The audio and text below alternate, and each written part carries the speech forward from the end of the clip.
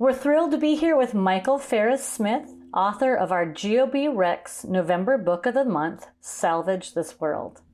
Yes, I reviewed his book on an episode earlier in the month. And so hopefully many of you guys out there have read the book or had a chance to, because it is so good. But Michael also has a couple of movies that just came out based on his other books. So I think we have a lot to talk about, Cathi. I'm so excited.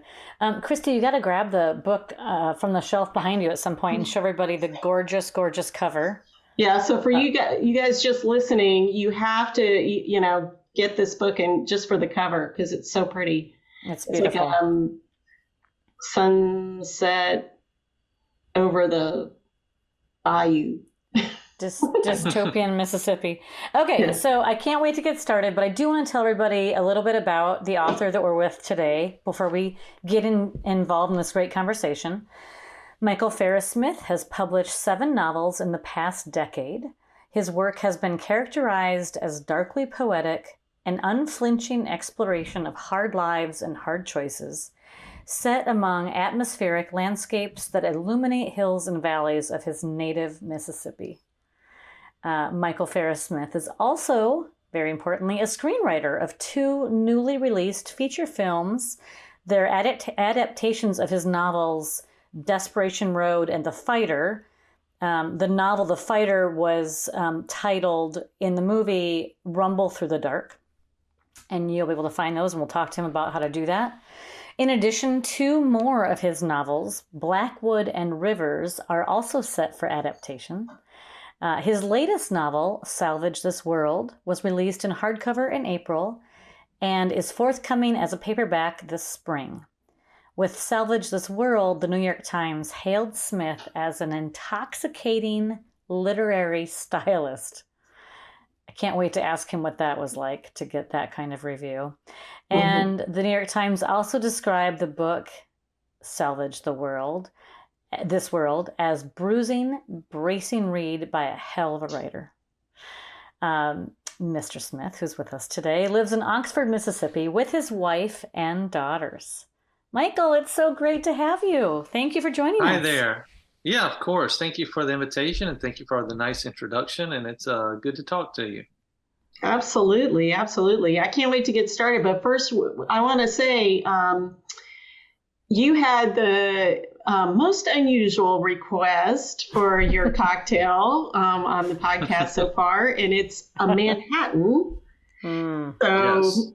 I have to tell you, I was going to join you with that, and then I didn't have any of the ingredients in my house. So when I went to the liquor store, I was like, you know what? Unless I'm planning on having a Manhattan party, I don't know if I can afford this right now. So I'm just going to stick with wine. But I did find a wine that kind of goes with the book. It's called Prophecy. Oh, nice. Very nice. Because, there is sort of a prophecy aspect to this book, I think. Why is it? I would think that's accurate. Yeah, very accurate, I would say. Yeah. Well, I'm having a little Malbec. Christy's having a Prophecy. What kind of wine is that, Christy? It is a Pinot Grigio. Very nice. Nice. It's afternoon. Manhattan. That's afternoon. Yeah. Well, I'm Michael a bourbon guy. Yeah? That's right. We are going for it. I'm a bourbon guy, and it is a little early in the day to drink just bourbon neat or bourbon on the rocks. So I was like, maybe I'll just mix up a Manhattan, Yeah. Okay, so for those of us who don't know, what's in a Manhattan?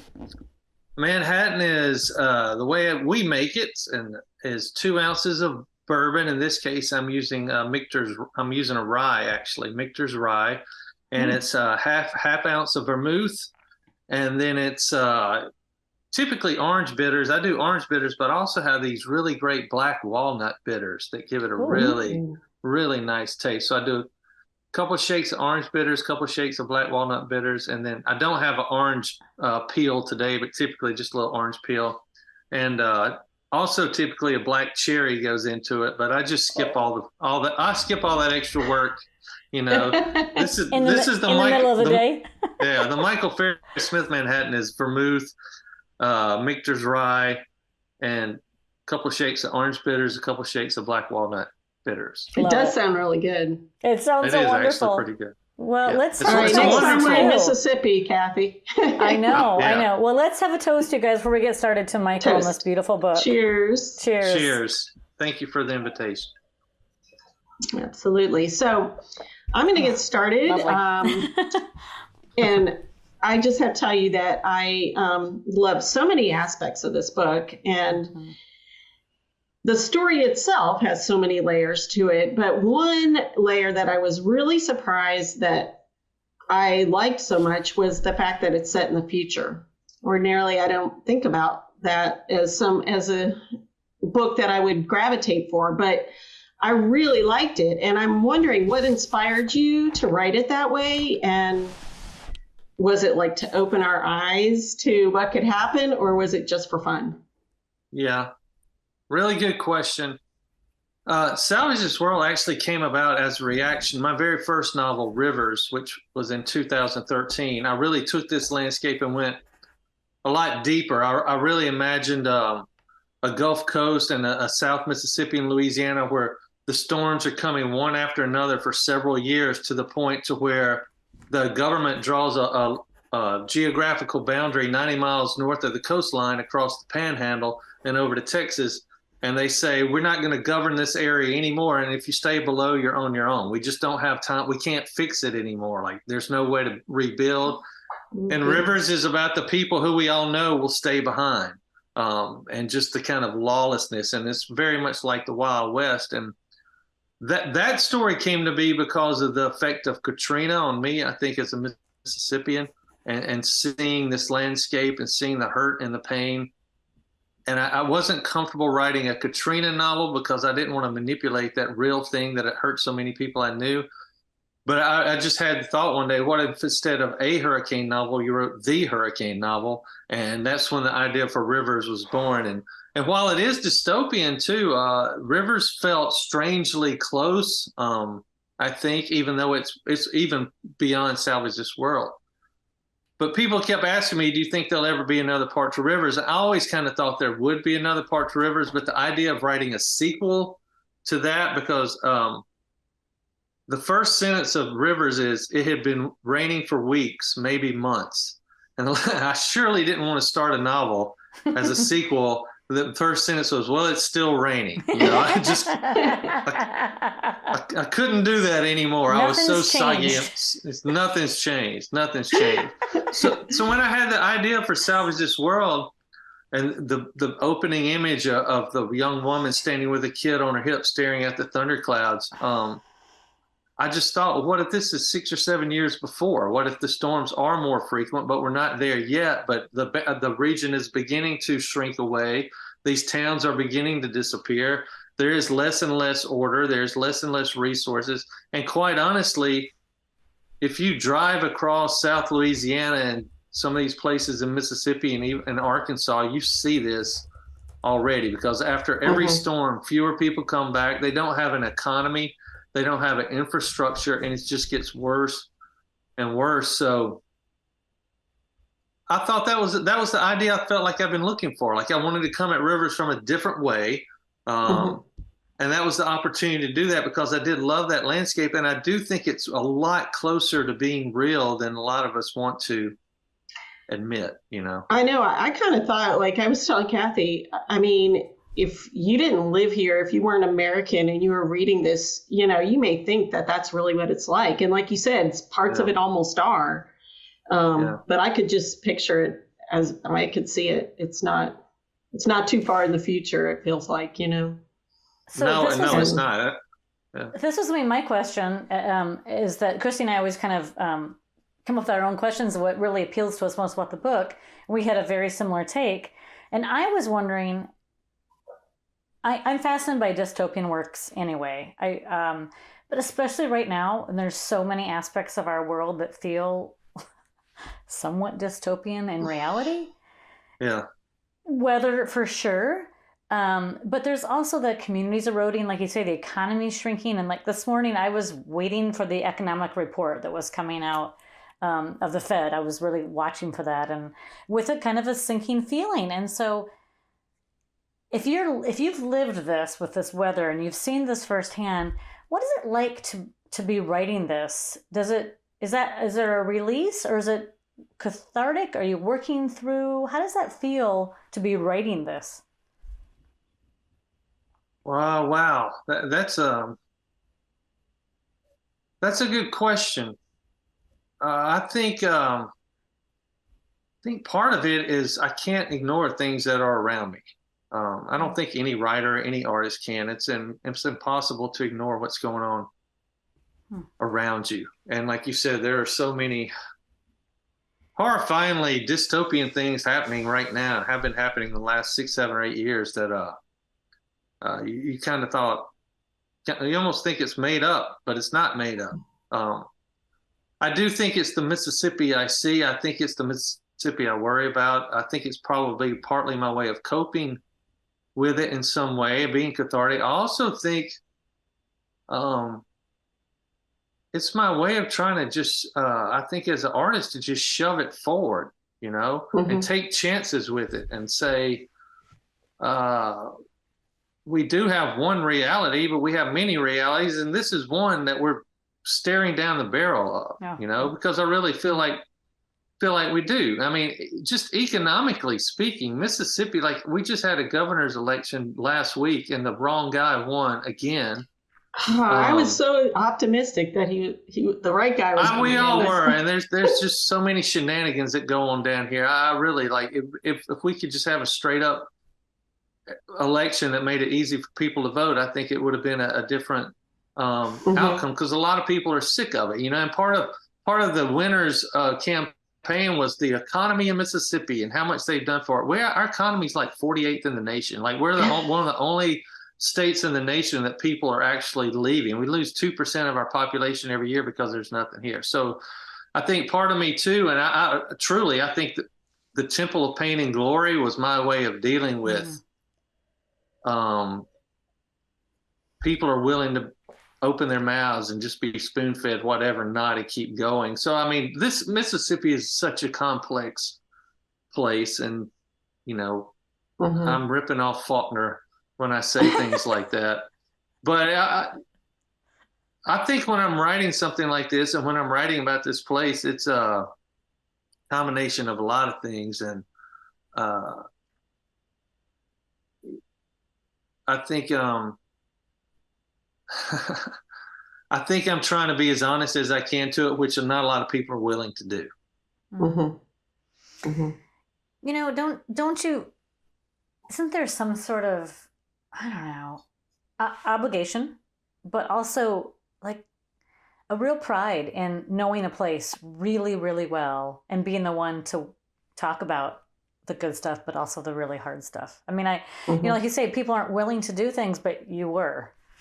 Right. Yeah. I mean, there is, and I think I've earned it. I think a lot of us here have earned it.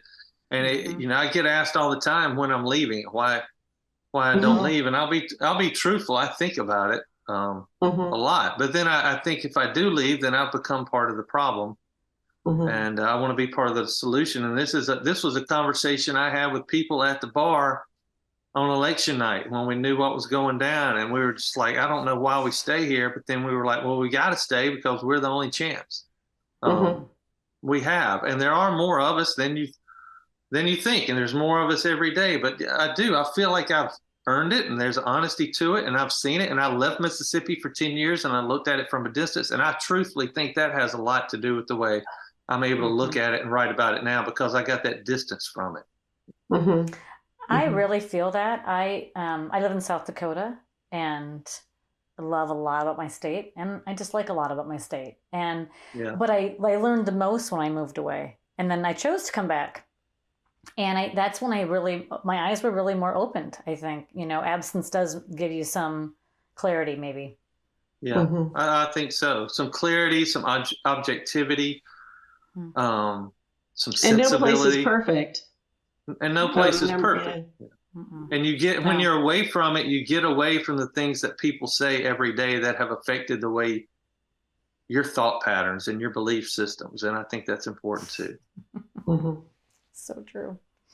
Yeah. I mean, I grew up I'm the son of a Southern Baptist preacher. I've heard it all since I was big enough to hear. You know what I mean? Oh man, yeah. And so at the age of 21, 22 to walk away from that and leave this place and all of a sudden hear the voices of other people and the takes of other people and kind of look back and go, and meet different people too. Right. I was like, okay, maybe maybe that's not all correct. No, right. Or maybe it's not all what I'm willing to accept. Yeah. Yeah, I just saw something. They had a program where they were doing that with kids, like high school kids.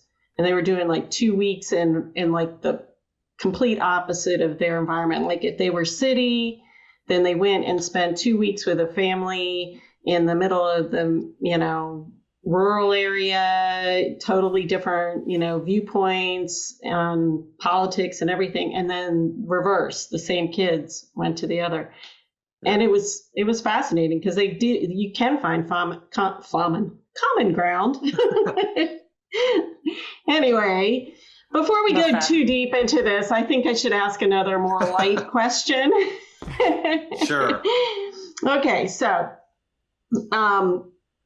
speaking of all that we've talked about, I just loved the descriptions and the way you described scene and action with just like limited dialogue. And,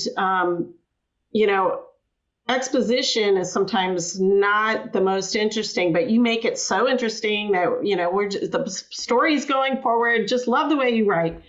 Then you decided to write screenplays, which are almost like all dialogue. So how did you make that switch? Why did you make that switch? And what do you think? Well, the why is because I was given the opportunity, and I've heard so many horror stories over the years of writers who have their film made and they don't even recognize it. And I really didn't want that to happen. I don't think anybody wants that to happen. So when I was offered the opportunity to be taxed as screenwriter, my answer was yes. And I remember the phone call. It was like 4 or 5 people on the phone call, and the next question was, "Well, can you do it?" And I said, yes. That's what I was thinking. Of course I can. Like, of course I can. What do you think? And as soon as that call was over, yeah, sure, why not? As soon as that phone call was over, I immediately picked up the phone and called my manager who was on the phone. I said, I need to know 2 books about script writing that I need to order right now and start learning how to do this. And he just laughed. He goes, I knew that's where you were with this. He goes, but that was the absolute correct answer. Like, so I wanted to be involved too, and I wanted to do something different. You sit alone in a room so long writing novels, and I like doing different things, and it seemed like a different creative medium, and and why not? So it just worked out that I was able to do it effectively. Wow. I think I was a little bit inclined toward it because when I write fiction, and when I've always written fiction, one of the best pieces of writing advice I ever got, I can't remember who gave it to me, but it was a long time ago when I was getting started. I was sitting in a workshop somewhere, and the person said, when you're writing a scene, you're writing prose, you should imagine you're sitting in a theater, and there's a person sitting next to you, and they're blindfolded, and you have to explain to them, you have to describe what's happening on the screen. Mm-hmm. And because you wouldn't just say, okay, there's a farm. You would say, there's an old weathered barn house. There are a couple of chickens in the yard. There are thunderclouds in the background. There's a little girl playing on a tractor over on the right. And you have to hit the image. You have to hit it quick because the screen changes, but you got to give that person what you're seeing. So that made a tremendous amount of sense to me, clearly because I'm still talking about it. But I think when as a beginning writer and starting out, I was thinking like cinematically because of that piece of advice. So I think perhaps I was more suited to make the transition from writing prose to working on a screenplay, because that's my mindset when I sit down to work in the morning, when I'm working on a novel, when I'm writing fiction. I have that in the back of my head, like there's somebody sitting here blindfolded. Let's help them see everything that you see and see the right things, and let's not waste anything because we got to keep going. Well, thank you for that. That was yeah. that was kind of good advice to spread out, you know. It's great advice, but I do think that's why your absolutely gorgeous writing does transcend so well. I mean, you can see exactly what you're trying to have your reader see, and so I'm wow. Okay, that works. Yes, I like that. Right. Chalk that one away, Christie. It was good advice, apparently. Yeah. I think we'll just credit you with that, Michael. I don't think we have to go back. That's fine. That'd be good. Okay, so listen, it's time. Oh, look at her already reaching. So we're midway, Michael, and we do a thing called Question the Bottle. Maybe it's a question that you might get to at the end of a bottle, or in our case, Manhattan. Yeah. All right. Let's see. If you could be the world's best athlete in any sport, which would it be and why? Well, this is a really good question. I have two answers. One's the fake not the real answer, then the other one's the real answer. I always thought it'd be awesome to be like the best decathlete in the world, you know, to be like an Olympic decathlete. You do 10 different things and you do them all great and you're just a badass. Like there's no other way around it, you know, the diversity of those events and of that training, everything. However, I'm a baseball player. I grew up playing baseball from the time I was 6 years old to the time I was 21. I played shortstop and I always thought the coolest thing in the world would be a major league shortstop. So if I had to put on my dream hat, I would be like the starting shortstop for the Yankees or the Dodgers or one of those big glamour teams like that. Oh, yeah. What about you, Cathi? Have you ever thought about being an athlete? No. I was a ballet dancer earlier, and I love ballet. But I will say I took on running later in life, and I feel bad because it's not a team sport, so it seems kind of. But I still get tears every time I watch a marathon and I see, you know, especially people who are helping each other through the gate. You know, it's such an So what you have to do is you have to be running a marathon, the best runner in the world with me, and I start collapsing and you pull me over. Come on, Christie! I could see that. I could see that. I totally can see that. Yeah, I've run half marathons. I've never run a full, so that's for me. It'd be the full. How about you? I saw a bumper sticker that said 13.1, and then it said, "I'm only half crazy." That's fair. That's pretty good. That's fair. Yep. Yeah. Miss Christie, you have to answer now too. Is your question? I love all sports, but I don't know, swimmer. Yeah, amazing. That's not bad. Be a big swimmer, stand up on the podium with my medals and. Yeah. My oldest daughter was a competitive swimmer for about 5 or 6 years. It was so much fun watching those kids do that. I really loved it. I had swimmers too, it's Michael. Sort of like a combination of a team sport and an individual sport. So it just makes it, you know, and, you know, you can meditate a lot while you're swimming laps, I guess. I'm sure every sport has fantastic parents involved, but that was, of all the things my kids tried, I love the families at those meets. Like people were just cheering for the last one to come in, you know, like that was just so fun as it was to see the first. So that's right. All right. Listen, I'm going to have a little sip here, and I am super excited to segue into life balance, writing, publishing, kind of the day-to-day stuff. We both are truly thrilled to meet you and learn about the amount of success that you are realizing right now with multiple movies and screenplays and books in the works. But I am certain it did not come easily or quickly. And I would love to know what your thoughts are about success now. I put it like this, success, what it took to get here. And I understand that you're more recently now writing full time. And so I'd love to know your thoughts about that. Especially for us. We're newbie writers and can't even imagine it, you know? Yeah. The thing that I had to learn, and I remember when this clicked in my brain, and I thought, if you don't make it habitual and you don't do a little something every day, you're just never going to make it. At that time, I was facing a lot of rejection.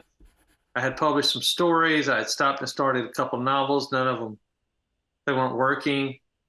I was kind of getting to the point where I'm like, it's, I had one young daughter at the time. I had another young daughter on the way. I was teaching full time.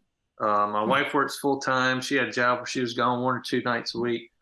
And it really just hit me that if you don't stop making excuses and find something to do every day, you just might as well forget it. And that was the moment when I started getting up in the morning, taking my daughter to daycare, and as soon as I dropped her off, go to a little writing space.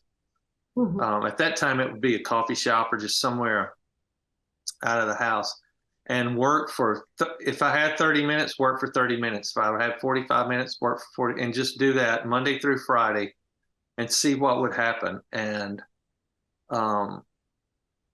that's how Rivers was written. Rivers was written, it's a 100,000 word novel. It was written about 1.5 years with me working that way, because what I began to see was, even if I went for 30 minutes, 45 minutes, I was focused. I did it before I had to go teach. I did it before I had to go be daddy. I did it before I had to run errands. did it before I did everything. And I had that time in the morning, right out of the gate, that I just put my head down and did it. And sometimes it was 100 words. Sometimes it was, 400, 500 words. But I looked up after about 3 or 4 weeks, and I looked at my word count. I'm like, okay, we're actually moving down the road. Like, there's something to work with here. Whereas before, I was frustrated with it all, getting a rejection letter and getting depressed for a week and not doing anything, kind of stabbing at it here and stabbing at it there. And it's just not the way to do it. But when I realized, even if I give it 30 minutes every morning, the tool got sharper because I was there every day. I think my imagination stayed churning and stayed away from the doubt and stayed away from the hopelessness of it all. Yeah. And quite honestly, it was the desperation of it too, with another daughter on the way. And there's nothing wrong with teaching for a living, but that wasn't my goal. I mean, my goal was to be a writer, and I was kind of giving up on that. And it was when I sat down and decided to just bang my head against the laptop for 20, 30, 40 minutes, whatever I had every morning right out of the gate. That's when things changed. And then when Brooklyn was born, I had gotten Rivers published, and I had found myself a little studio space out of the house, so that because somehow with 2 children, my desk had become the place where all the bills landed. There were toys all around. I'm like, imagine trying to write fiction or create art with a stack of bills like sitting there right beside you. Is not the way to do it. And I had a good friend who actually, I was talking about this at lunch one day with him, who gave me a writing space. He goes, you can use this little space downtown. It's storage. It's going to be storage one day, but right now it's empty if you want to just use it. And I did. I put a table and a laptop and a coffee maker and my guitar up there. And that's where I would go. I'd take the girls to daycare and go right there in the morning, do my work, and then go teach and do everything else. And that's what I wrote. Rivers, Desperation Road, Nick, The Fighter, Blackwood, 5 novels, just like that. Wow. I'm thinking that was, I'm overwhelmed by that generosity. And for him, it was like, yeah, go ahead and use that. And for you, what an incredible gift that was. It was so incredible to have that space of my own, because what I found too, in the going to every morning, is your tool gets sharper and your imagination keeps turning, but also it's like when you work out at 10 o'clock, say you go and work out, you go to the gym every day at 10 a.m. Your body gets used to that and your body gets ready for that. And if you try to work out at 2 or 3 because you missed it, it's usually a tougher workout and your body doesn't respond because I think you're mentally prepared and subconsciously your body's getting ready for that. I found the same thing about going every morning. I think subconsciously I was getting ready for it, and I was prepared for it, to walk in there and to do it. So even now, Salvage This World is the first novel I've written not teaching full time. But even now, when I have one daughter, she's a freshman in college, and my other one's 12, but I still take my 12-year-old to school, and then I go right to it first thing in the morning. And people think you need these, it's romantic and you need these big chunks of time, and you lay awake puffing your pipe, and like all of a sudden lightning strikes and here's this book. It's not that way at all. Like, I had to decide, I'm either going to fail by not doing it, or I'm going to fail by doing it a little bit at a time. And I decided I'd rather fail by doing it a little bit at a time if that was the option. And fortunately, it turned out the other way. That's very inspiring.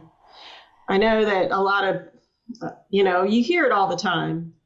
Oh, you need to write every day. But like you said, you have to put your mind to it. You can't be just saying it. You have to set that time aside, and it's hard to do. But once you do it, it's like exercise, any kind of exercise. Yeah. And it doesn't have to be a lot. It's just those moments you have alone when that's what you're looking at and thinking about. I mean, when I say sometimes I had 30 minutes, I would walk into my space at 8:11 and know that I had to be gone at 8:40, and I'd open up the laptop and just go. Just pound it out. Yeah. Love that. Yeah. Love it. Did you want to follow up, Christie, or do you want to move on to the other? Kathy, go on to your question, because I'm going to really try to hope that my headphones are working, because my dog is freaking out underneath my desk, like right under here. We can't hear it. At least I can. Thank God. I'm so glad. The sun just came in. It's been a really cloudy day, and so now she's getting reflections, and she's psychotic. Anyway, okay, so Michael, I finished 2 novels this weekend. Both writers of those novels were from Oxford, Mississippi. One was you, and obviously Salvage. And the other was John Grisham's latest. And I was not lost by the fact that I'm reading, 2 novels by 2 men from this area. And I was wondering what it is like to write in and be from a place that has such a strong, I guess, literary presence. You talk about probably the shadow of William Faulkner, who is also from Oxford, Mississippi. What's it like to work and write there? This is a good question. I get asked this a lot. It's really rewarding to be able to walk into the bar, the local tavern, city grocery, and see other writers and see other artists and musicians and painters. We have a tremendous artistic community here. I take it as a sense of pride. I do. Every time I'm outside of the state of Mississippi, I get asked, what's it like to be a Mississippi writer, with the literary history and all. And it's kind of similar to this question. Although, I think there's so many working and publishing writers in Oxford right now. We're kind of having like a Mississippi Renaissance. There's at least, 10 to 15 writers here who published books in the last 2 years, and wow. It's really inspiring. And I think it normalizes it too, because it's easy to feel like the strange animal in the zoo when you tell people you're a writer, because they don't really get it, but it's normalized around here. And I think that in some ways takes a little of the anxiety and doubt out of it, and anything that can remove a shred of that is always a good thing, As far as the Faulkner shadow and even statewide, like Willie Morris. Well, Willie Morris spent time here too, but Eudora Welty and Richard Wright and Tennessee Williams. Gosh. When I was starting out, I didn't feel that was a weight or something to be intimidated by, but I saw that as the example that it could be done. The paved road. Yeah, William Faulkner was from dirt, Miss Welty. I mean, they're all from nothing. Richard Wright, what he went through as a black man in Mississippi during that time. I mean, I saw it in Tennessee Williams too. I saw it. I'm like, okay, it's possible. it's possible for me to be a great Mississippi writer if I work hard enough. Whether I am or not, that's yet to be determined. Who knows? Who cares? I don't know. But the fact is, like, those were examples for me, and it wasn't the shadow, it wasn't the weight of it, but it was, this is possible, and I really love that hope of it. You know, and that's how I've always seen the literary history here, and I think that's how I see being part of this community too. Is there's a lot of potential and possibility in just being part of it all, and looking at one another and realizing what we can do. And what you can do if you go sit in that room, you know. There you go. There you go. And I'm just going to circle back to the New York Times comments. I don't know. I think I'd be pretty over the moon if I was told that I was a hell of a writer and an intoxicating literary stylist by the New York Times review. I think that might give me at least a minute to be like, okay, I've done pretty well. Just today. Yeah. Just today. Yeah. Yeah. Cheers to that. Yeah. Cheers to that. Right. Yeah. We'll take that. Let me tell you a quick little funny story about the relationship between all the writers here. During my book launch event at Square Books here, the great indie bookstore in Oxford, they read bits of that review, including the intoxicating literary stylist, and somebody in the back raised their hand. And they said, "Don't you mean intoxicated literary style?" Well, so that's what it's like to be a writer here in Oxford. That's it, in a nutshell, right there. They're not going to let you get away with anything, right? Yeah, that's right. Well, Michael, it's been an absolute pleasure talking with you today. And if listeners want to reach out, what's the best way for them to be in touch? My website, michaelfarrissmith.com, has contact information, but it also has pretty much everything, interviews about the books, about the movies, and on and on and on. It's all there. Great. Well, I'll make sure I have the link on our website on the show notes, and I know that, I'm going to go back and read some of your other books, and now I want to read The River. Oh yeah. It would probably, it actually, I think would be an interesting experiment to read Rivers now that you've read Salvage This World. Yeah. With Rivers being about 6 or 7 years, I think, after Salvage ends. Okay. All right. Yeah. So they can probably find links to buy your books on your website as well. So, and what are you working on now? Are you working on anything you can tell us about? I have a new novel churning around that I've barely started on. It's been a really interesting few months.